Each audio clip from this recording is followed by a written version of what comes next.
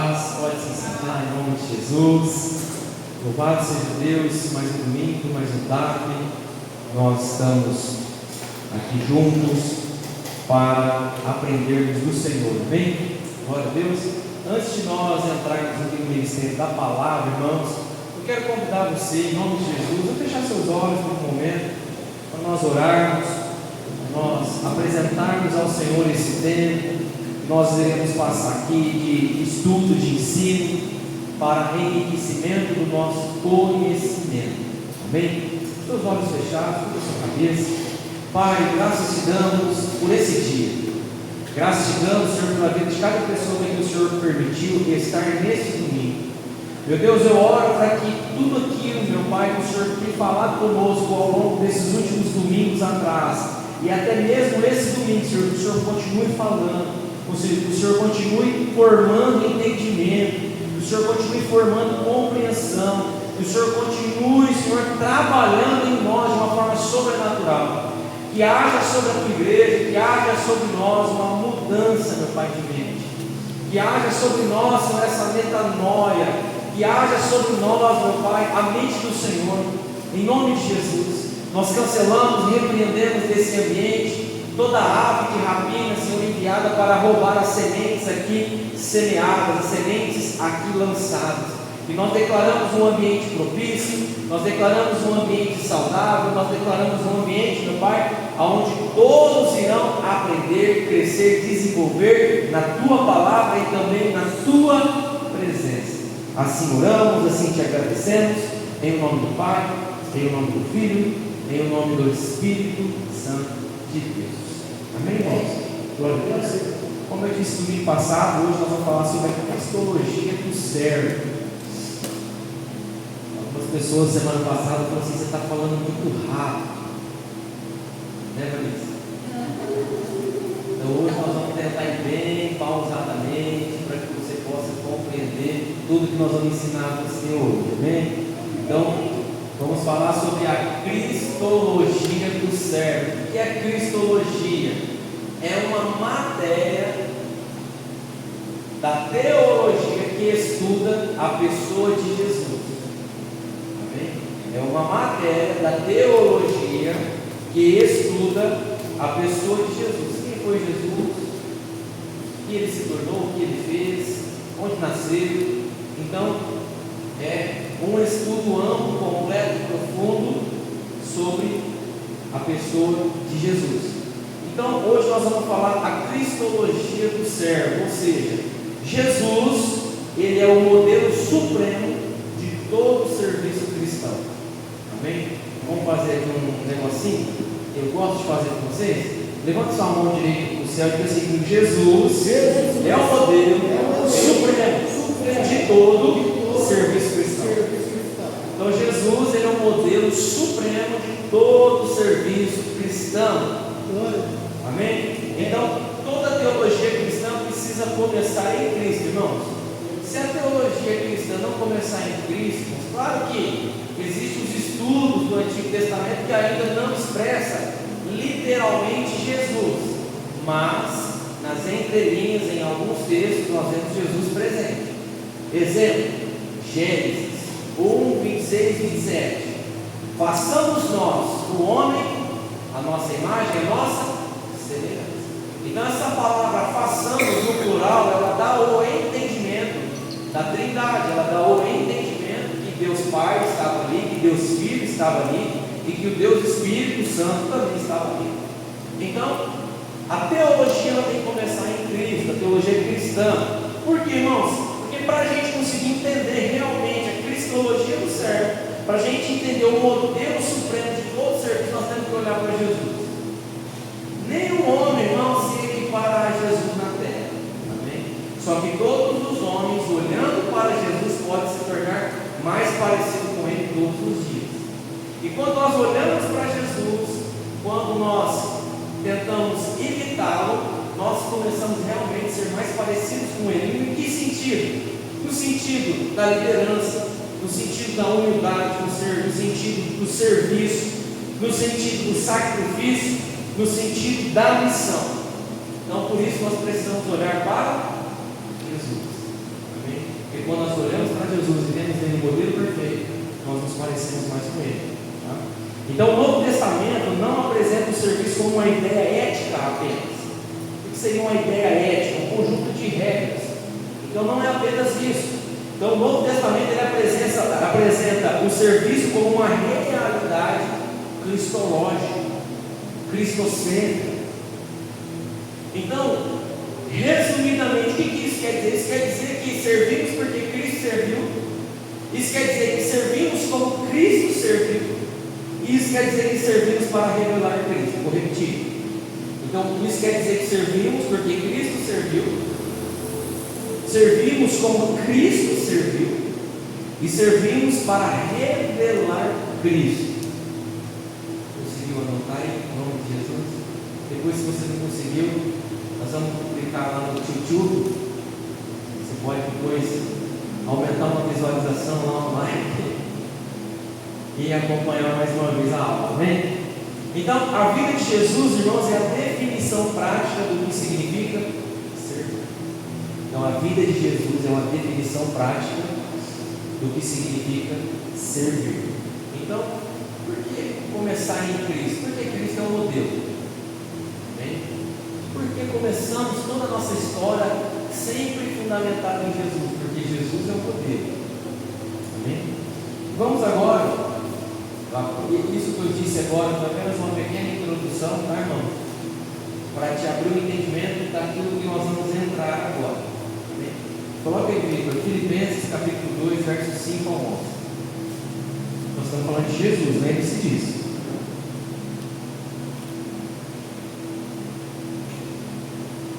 Vamos ler juntos. Vai até o 11, tá? Tenham a mesma atitude demonstrada por Cristo Jesus. Embora sendo Deus, não considerou que ser igual a Deus fosse algo a que devesse se apegar. Em vez disso, esvaziou-se a si mesmo, assumiu a posição de escravo e nasceu como ser humano, quando veio em forma humana. Humilhou-se e foi obediente até a morte, morte de cruz. Por isso Deus o elevou ao lugar de mais alta honra e lhe deu um nome que está acima de todos os nomes, para que ao nome de Jesus todo o joelho se dobre nos céus, na terra e debaixo da terra, e toda língua declare que Jesus Cristo é o Senhor, para a glória de Deus o Pai. Então, vamos analisar aqui algumas coisas importantes sobre esse livro. O livro de Filipenses, irmãos, é uma carta destinada à igreja de Filipe. E o tema central, fulcral do texto, irmãos, fala sobre alegria. E além de falar sobre alegria, essa carta ela também fala sobre humildade e sobre a vida cristã prática. Então, às vezes nós só focamos na alegria como algo principal, como algo destacado. Só que além da alegria é destacada a humildade e a vida cristã prática. Amém? E além disso, irmão, só para você ter como enriquecimento de conhecimento, teologicamente dizendo, irmãos, esse texto que nós acabamos de ler é o texto mais cristocêntrico de toda a Bíblia. Esse é o texto mais cristocêntrico de toda a Bíblia.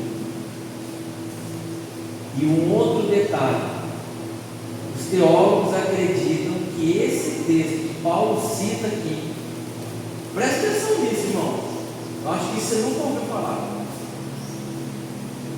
Os teólogos acreditam que esse texto que Paulo cita, Filipenses 2 até o capítulo 2, versos 5 ao 11, os teólogos acreditam que esse texto ele se refere a uma canção, a um hino da igreja primitiva. Olha que interessante. E esse texto, irmãos, ele tem uma profundidade cultural, uma profundidade de ensinamento que nós vamos entrar aqui agora. Porque nós estamos falando, irmãos, de a cristologia do servo. Então, a base geral, irmãos, é a pessoa de Jesus, amém? Então vamos lá. No capítulo 2, Paulo está ensinando os cristãos a viverem em humildade e amor. Então, para aplicar isso, ele usa o exemplo máximo. Qual é o exemplo máximo que Paulo está usando? Jesus. Amém? Ele não está usando ele como exemplo. Por mais que em algum outro momento ele disse de meus imitadores, como eu sou de Cristo. Mas aqui ele está dizendo que o exemplo máximo para nós observarmos é a pessoa de Jesus. Amém? Então, vamos ler uma parte aqui central. Ô Vitor, coloca aí na versão árabe, o Filipenses capítulo 2, verso 5. Tem ali, irmãos, um pedaço do versículo 5, do capítulo 2, que eu quero aqui entrar em uma dimensão mais profunda com vocês. Almeida Revista Atualizada, a versão, por favor. Vamos lá.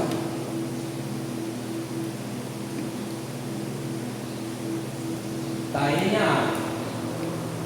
É árabe. Pode ser essa daí. Olha lá. Tende em vós o mesmo sentimento que houve também em Cristo Jesus. Tende em vós o mesmo sentimento que houve em Cristo Jesus. Existe uma palavra grega, irmãos, que ela é essencial para todo esse pedaço, para todo esse versículo. E ela é a palavra grega fronel. A palavra é difícil de falar, irmão. Não sei se é assim se pronuncia, acredito que seja. Então, fronel. Qual que é a tradução literal desse versículo, irmãos? A tradução literal do grego, para ter uma compreensão mais completa, melhor analisada, melhor compreendida, torna-se o texto assim: tenham essa mentalidade em vocês, que também houve em Cristo Jesus. Tenham essa o quê? Mentalidade. Em vocês, que também houve em Cristo Jesus. Que mentalidade era essa, irmãos? Aí entra agora, irmãos, as definições mais simplificadas da palavra fronel. Qual que é a mentalidade que Cristo demonstrava aqui? Ele tinha um modo de pensar, ele tinha uma mentalidade definida, ele tinha atitude interior e ele tinha disposição de coração. Então são coisas que hoje, irmãos, nós precisamos ter. Amém? Precisamos ter a mente de Cristo. Amém? Precisamos ter a maneira de pensar de Cristo. Precisamos ter a atitude interior de Cristo. O que é a atitude interior? De amar, de não julgar, de não criticar, de não, irmãos, tomar decisões embasadas em emoções, em sentimentos que possam, irmãos, nos impedir de servir a obra a alguém ou fazer algo pela obra ou por alguém. Nós temos que pensar, irmãos, ter a mentalidade igual a Cristo. Amém? E eu profetizo que nós, a igreja do Senhor, vamos ter a mente de Cristo. Amém? Nós vamos ter o coração de Cristo em nome de Jesus. Então, irmãos, que você também tenha disposição no seu coração. E esse aspecto da disposição é o que mais tem atrapalhado a igreja hoje.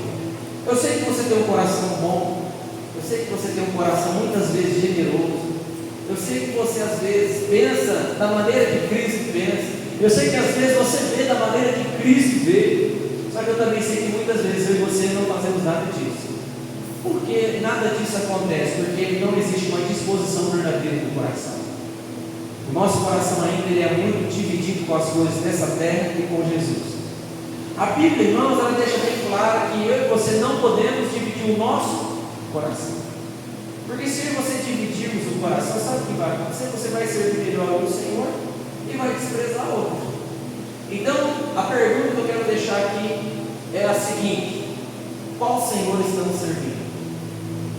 O Cristo cêntrico, o Cristo da Bíblia, ou o príncipe desta terra, deste século? Qual o Deus que nós estamos servindo? Então é algo para nós refletirmos, analisarmos, porque Paulo, irmãos, não está pedindo um comportamento exterior apenas, uma mudança exterior apenas. Ele não está pedindo isso apenas para a igreja de Filipos. Ele não está dizendo assim: ó, igreja de Filipos, eu preciso que vocês realmente tenham na prática, eu quero que vocês exerçam, façam para que todos vejam que vocês servem a Cristo. Porque o realizar, irmãos, muitas vezes não expressa Cristo, porque não existe um coração disposto para aquilo. Mas Paulo, irmãos, ele está pedindo para que a igreja tenha a mentalidade de Cristo, porque se a igreja ela tiver, desenvolver a mentalidade de Cristo, aquilo que ela fizer de obra, de trabalho, de execução do serviço, irmãos, todo mundo vai ver Jesus naquilo que fazer.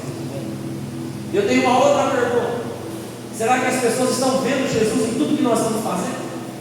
Será que as pessoas, irmãos, elas estão vendo Cristo em você, Cristo em mim? Porque a Bíblia diz que Cristo em nós é a esperança da glória. Será que as pessoas lá fora estão vendo isso em nós? Estão realmente, irmãos, nos observando e vendo em nós que servimos a Jesus, irmãos, com fidelidade, com humildade, com honestidade, irmãos, com aliança e lealdade? Então são coisas que nós precisamos, irmãos, refletir e analisar. Sabe por quê? Anota essa frase aí, que essa frase é uma pedrada em nome de Deus para nós. O serviço começa no coração antes de aparecer nas mãos. O serviço começa no coração antes de aparecer nas mãos. Irmãos, se o meu e o teu serviço está nas mãos hoje e não está no coração, nós estamos fazendo tudo na força do braço. E a Bíblia não aprova o homem que faz as coisas da força do braço. Amém?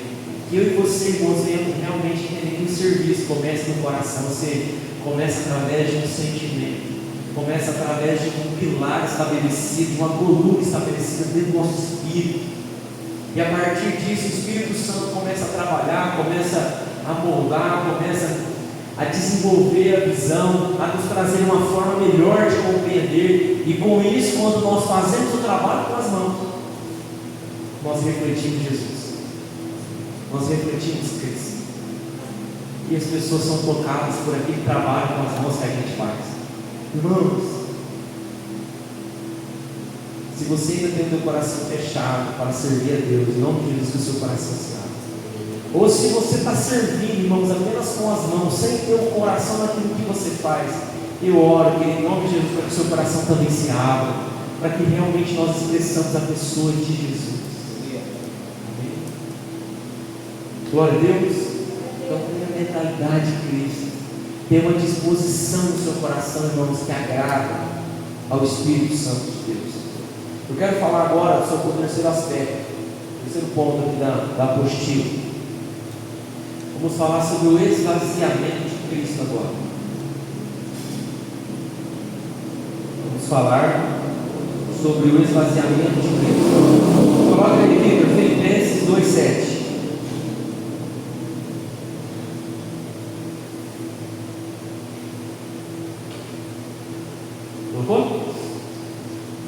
Antes, a si mesmo se esvaziou. Deixa o versículo aí hoje. Todo servo, presta atenção nisso, todo servo, ele precisa se esvaziar. Amém? Então levante sua mão direita no céu e diga assim comigo: eu preciso me esvaziar de mim mesmo, assim como Cristo também se esvaziou. Amém? Nós precisamos, irmãos, nos esvaziar de nós mesmos, assim como Cristo se esvaziou. Mas mãe, ele se esvaziou do que, irmãos? Ele se esvaziou de toda a divindade dele. Ele se esvaziou de toda a realidade que ele possuía. Ele se esvaziou a si mesmo. E a palavra se esvaziou, irmãos, ela tem aqui no sentido grego quinol, que ela vem da origem da palavra kenosis. Essa palavra kenosis, irmãos, né? Mas esvaziou-se a si mesmo, ela significa esvaziar, abrir mão, abdicar de privilégios. Então, a igreja, irmãos, como ela tem Jesus como seu modelo perfeito, a igreja, como ela olha para Jesus como modelo supremo, ela precisa entender que nós, assim como Cristo serviu, se esvaziou, abriu mão de muita coisa, abdicou de privilégio, eu e você precisamos fazer a mesma coisa para servir no reino. Se eu e você não nos esvaziar de nós mesmos, se eu e você não abrir mão de muita coisa, se eu e você não abdicar de privilégio, irmãos, nós não vamos estar servindo com o coração, nós só vamos estar servindo com as mãos. E Deus não quer que você só sirva Ele com as mãos, Ele quer que você sirva de todo o coração. Os 10 mandamentos que foram resumidos, né, em 2, começa de que maneira? Amarás o Senhor teu Deus de todo o quê? Teu coração, de todo o teu entendimento, com todas as tuas forças. E completa dizendo: e amarás o teu próximo como a ti. Mas você percebeu, irmãos, que antes de você amar o seu próximo como a você mesmo, você tem que amar a Deus de todo o seu coração. Então o nosso coração, irmãos, ele tem que pertencer a Jesus. Amém? O meu e o seu coração, ele precisa pertencer a Jesus, porque se os nossos corações pertencem a Jesus, todo o nosso ser pertence a Ele. Tudo que fazemos, tudo que realizamos, exalta e glorifica o nome dEle. Amém? Então, o que você precisa se esvaziar hoje? Do que você precisa se esvaziar, querido? Do orgulho? Da falta de obediência? Da falta de compromisso? Do que a igreja precisa se esvaziar? Do pecado? É da angústia? Do que a igreja precisa se esvaziar? Irmãos, do que a igreja precisa abrir mão? Você vai ter que abrir mão dos seus sonhos? Você vai ter que abrir mão das suas prioridades? Do que você vai ter que abrir mão? Quais são os privilégios, irmãos, que você vai ter que abrir mão para realmente servir a Jesus? Irmãos, deixa eu falar uma coisa. João Batista, ele tinha o privilégio de ser um sacerdote no templo.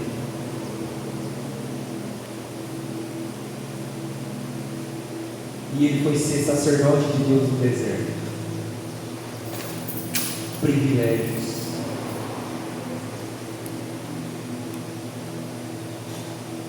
Esses dias atrás eu vi um vídeo. E esse vídeo, o homem que compôs a canção, a essência da adoração, ele ficou sem subir no púlpito por 7 anos. Porque ele entendia que o que ele estava fazendo era apenas canções cantadas. Não era algo realmente, o coração dele estava totalmente. Ele estava apenas fazendo uma demonstração da habilidade que ele possuía. Mas depois desse período, irmãos, de busca, de entrega, depois de todo esse tempo, irmãos, o Senhor falou com ele. E ele compôs uma canção maravilhosa, que é a essência da adoração. E lá naquela canção tem um trecho que diz: mais que uma canção eu te darei, não apenas uma canção.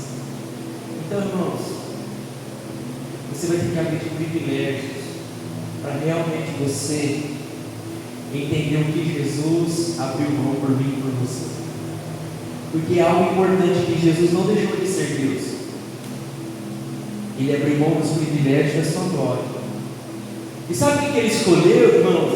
Ele escolheu a limitação, ele escolheu a fraqueza humana, ele escolheu a simplicidade, ele escolheu o serviço. Jesus escolheu coisas naturais, irmãos, para viver aqui na terra. Jesus escolheu coisas naturais que fazem parte da humanidade, da natureza do homem. Ele disse: se eu vou habitar no meio dos meus filhos, eu preciso ser realmente igual a eles.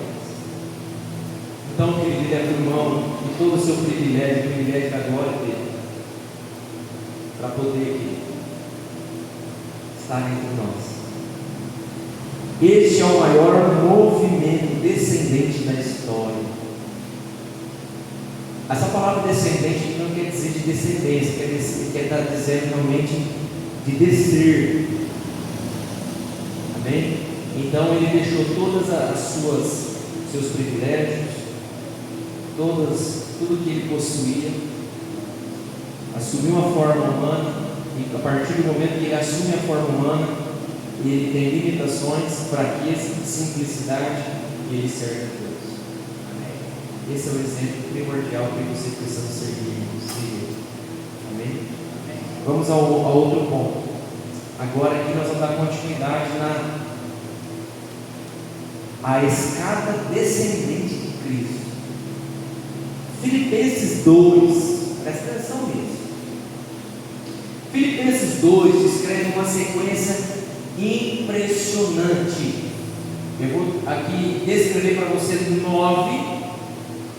nove sequências, né, de 1 a 9, importantes que quero que você entenda.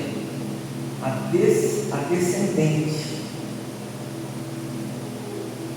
Jesus como Deus, né, Deus Filho, e como que ele chegou até o final. Vamos lá. Existia na forma de Deus. Esse é o primeiro. Segundo, não considerou ser igual a Deus algo a se apegar. Terceiro, esvaziou-se. Quarto, tornou-se homem. Quinto, tornou-se servo. 6, tornou-se obediente. 7, morreu. 8, morreu na cruz. E o 9, ressuscitou. Analise comigo uma coisa, algo muito importante. Cada passo de Jesus, irmãos, é uma descida maior. Cada passo de Jesus, fundamentado, embasado em Filipenses capítulo 2, versos 5 ao 11, é uma descida maior. Ele deixa a glória dele e habita entre nós. Então aqui tem uma sequência, irmãos, descendente de fases que Jesus precisou passar e viver. E isso daqui, irmãos, também reflete a nós. Nós vamos entrar aqui, irmãos, daqui a pouco. Eu não vou. Deixa, depois lá na frente a gente entra. Então cada passo é uma descida maior. O rei se torna servo, o Criador se torna criatura, o Senhor se torna obediente. Então essa sequência descendente de Jesus permite a gente enxergar nele o rei se tornando servo, o Criador se tornando criatura e o Senhor se tornando obediente. A palavra, a expressão, na verdade, forma de servo, é uma expressão chocante, irmãos. E ela está realmente expressa no versículo, do capítulo 2, versículo 7 de Filipenses, né, assumindo a forma de servo. A palavra grega aqui, irmãos, ela tem um significado de natureza essencial, né? Jesus, ele não apenas agiu como servo, ele assumiu essa natureza. Que natureza? De servo. Entendeu? Ele assumiu essa natureza de servo. Então, se ele assumiu essa natureza, eu e você também temos que fazer o quê? Servir, porque Jesus é o modelo. Eu tenho que me espelhar, eu tenho que imitar Cristo. Amém? Então, a palavra grega para servo é doulos, né, que é igual a escravo. Então, ou seja, Jesus, se tornando servo, ele assumiu a condição de escravo. Escravo. E na época, ser escravo era algo escandaloso no mundo romano. Deus não era imaginado, irmãos, como servo. Deus era imaginado como poderoso e distante. Então o Evangelho que fala de Jesus, ele apresenta um Deus que lava os pés, um Deus que assumiu a forma de servo, um Deus que assumiu a forma de escravo, um Deus que serviu homens, mulheres, crianças, um homem que serviu a todos, habitando e morando no meio de todos. Isso é o exemplo que eu e você temos que ter, irmãos. Nós precisamos servir, irmãos, ao Senhor, com todo o nosso coração. Nós precisamos servir ao Senhor, irmãos, com tudo que existe em nós, e com alegria. Amém? Então, eu quero falar agora o rei com a toalha. Jesus, ele lavou os pés como servo, como escravo. Então vamos lá um pouquinho, vamos ler lá João capítulo 13. João capítulo 13, verso 3 ao 5. Sabendo este que o Pai tudo confiara às suas mãos, e que ele viera de Deus e voltava para Deus, levantou-se da ceia, tirou a vestimenta de cima, e tomando uma toalha, cingiu-se com ela. Depois lhe deu água na bacia e passou a lavar os pés aos discípulos e a enxugar-os com a toalha com que estava cingido. Aqui nós vemos, irmão, Jesus assumindo a forma de escravo. Agora, aqui nesse texto, irmão, nós vemos o cumprimento da palavra kenosis, a palavra grega kenosis, que significa esvaziar, abrir mão, abdicar de privilégios. Irmãos, Jesus, ele tinha algumas convicções. Ele sabia, irmãos, ele sabia que vinha de Deus. Amém? Amém. Ele sabia que também voltaria para Deus. E ele sabia, irmãos, que tinha toda a autoridade. E então, ele levantou-se da ceia, tirou a capa, pegou uma toalha, sentou-se, preparou a bacia com água e pediu para os discípulos se sentarem naquela cadeira, e ali ele lavou os pés dos discípulos. Esse texto é poderoso porque ele começa afirmando a identidade de Jesus. Ele sabia quem ele era. Amém? Deixa eu te falar uma coisa: quando a gente sabe quem a gente é, irmãos, a gente tem identidade. Pega essas duas pedradas aqui, em nome de Jesus. Segurança de identidade produz humildade. Segurança de identidade produz humildade. Agora pega essa segunda pedrada. Insegurança de identidade produz orgulho. Quando você não tem certeza de quem você é orgulhoso. E quando você tem certeza de quem você é em Deus, você é humilde. Amém? Captou essa mensagem em nome de Jesus? Amém. Então, lavar os pés, irmãos, foi o serviço mais humilde de Jesus. Lavar os pés foi o serviço mais humilde de Jesus, irmãos. Para você ter ideia, no primeiro século, as estradas eram sujas. Pessoas usavam sandálias. Lavar os pés, irmãos, era tarefa de escravos gentios. Nem os escravos judeus não lavavam os pés, só os escravos gentios. E Jesus fez exatamente isso. Ele lavou os pés. Ele lavou os pés dos seus discípulos. Mas teve um discípulo, irmãos, que teve uma postura diferente. Quem sabe que discípulo foi esse? Alguém sabe aí? Pedrão, irmãos. Pedro disse para Jesus: nunca lavarás os meus pés. Pedro disse isso, irmãos. Agora pega essa pedrada novamente, mais uma. A reação de Pedro revela o nosso desconforto com a humildade de Cristo. E eu escrevi uma frase minha mesmo, agora aqui: somos constrangidos pela humildade de Cristo.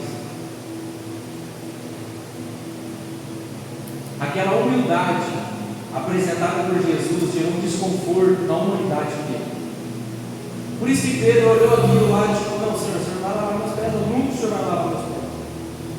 Pedro, se eu não lavar meus pés, você não tem parte comigo.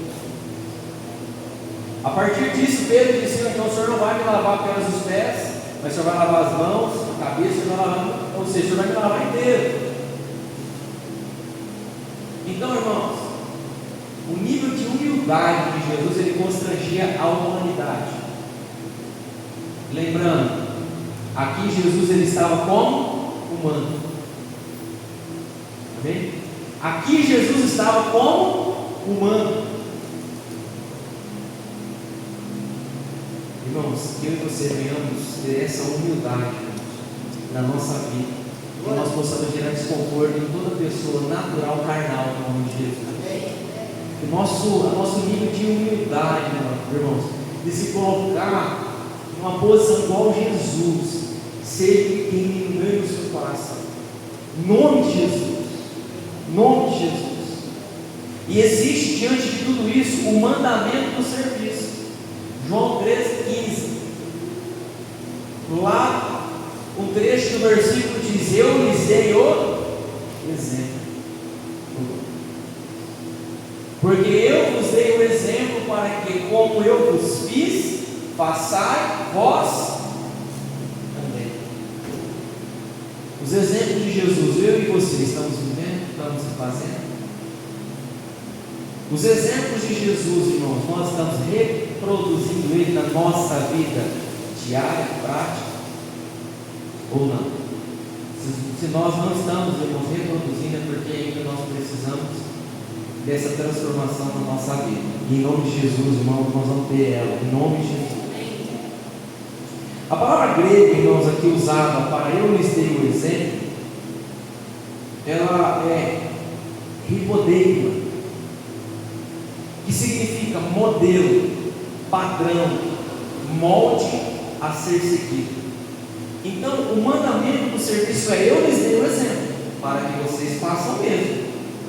Então, fazer o quê? Ter o mesmo modelo de conduta, de caráter, de santidade, de lealdade, de aliança, de fidelidade às Escrituras, de cumprimento de propósito. Ter o mesmo padrão elevado, irmãos, de intimidade com Deus, e ter o mesmo padrão do molde de ser seguido. Que molde é esse? Romanos 12:2. Você não pode se adequar ao mundo lá fora, você tem que se adequar ao molde de Deus. Amém? A transformação do mundo lá fora passa pela transformação da tua mente, a transformação do teu entendimento, a transformação do teu coração, a transformação do teu espírito, a transformação da realidade espiritual que você carrega. Amém? Então nós precisamos, irmãos, passar por essas transformações. Jesus não lavou pés apenas para emocionar pessoas, lavou pés para estabelecer um padrão. Serviço cristão não é opcional, é mandamento. Levanta sua mão direita para o céu e diga assim comigo: o serviço cristão não é opcional, é mandamento de Jesus. Então olha para a pessoa que está ao seu lado agora e diga perto: você tem que servir. Nós temos que servir, temos que obedecer. Amém? Estamos acabando. E existe dentro de tudo isso que nós estamos falando, irmãos, um paradoxo do reino. Nós vimos aqui que existe uma descendente de Jesus, né? Jesus começa como Deus lá em cima, e aqui embaixo ele morre como homem. É ou não é? Uma morte de cruz, sim ou não? Então qual que é o paradoxo do reino? O que significa, assim, de uma maneira mais simplificada, a palavra paradoxo? Ela significa aparentemente falta do nexo ou lógico. Parece uma contradição. Como que é isso? Mateus capítulo 23, 11 diz o seguinte: o maior entre vós será o servo de todos. Esse é o paradoxo, essa é aparentemente uma contradição, mas não é. O reino de Deus inverte valores. Amém? O reino de Deus inverte valores. Como assim? No mundo, qual que é os valores? Vou subir, vou conquistar, vou dominar, vou ser. No reino de Deus, como que é? Eu vou descer, eu vou servir, eu vou entregar tudo por Jesus. Então a matemática, irmãos, de Deus é totalmente diferente da nossa. E homens da história da igreja, irmãos, como João Crisóstomo, ele disse: Cristo desceu mais profundamente do que o homem havia caído. Trieste diz: quando Cristo chama alguém, convida-o a morrer. É isso aí. Andrew Murray diz o seguinte: a humildade é a beleza de Cristo. Sabe o que eu e você precisamos, irmãos, para servir no reino? precisamos para servir no reino? Abrir mão dos direitos, abrir mão de reconhecimento. Lúcifer, ele gerou todo o motim no céu porque ele queria ser reconhecido, ele queria ter um lugar que não era dele. Então, irmãos, abra mão de querer ser reconhecido. É como diz a canção do toque no altar: eu não quero ser reconhecido por ninguém. Abraçar tarefas simples, servir com alegria. Existem implicações para eu e você servir. Qual é? Abrir mão de direitos, abrir mão de reconhecimento, abraçar tarefas simples, servir com alegria. Para a gente encerrar, serviço cristão não é conveniência, é imitação de Cristo. O serviço cristão não é conveniência, é imitação de Cristo. Amém? Glória a Deus. Então, querido, espero que você tenha sido enriquecido com essa aula. Amém? E domingo que vem nós não faremos, já tem batismo. Então no outro domingo nós retornaremos. Acho que já começa março, no domingo que a gente retorna. Amém? Então que Deus, o Espírito Santo de Deus, continue formando esse entendimento de servo, de cultura de servir, de uma maneira voluntária, debaixo da graça e obediência e autoridade do Senhor. Amém? Glória a Deus. Aleluia.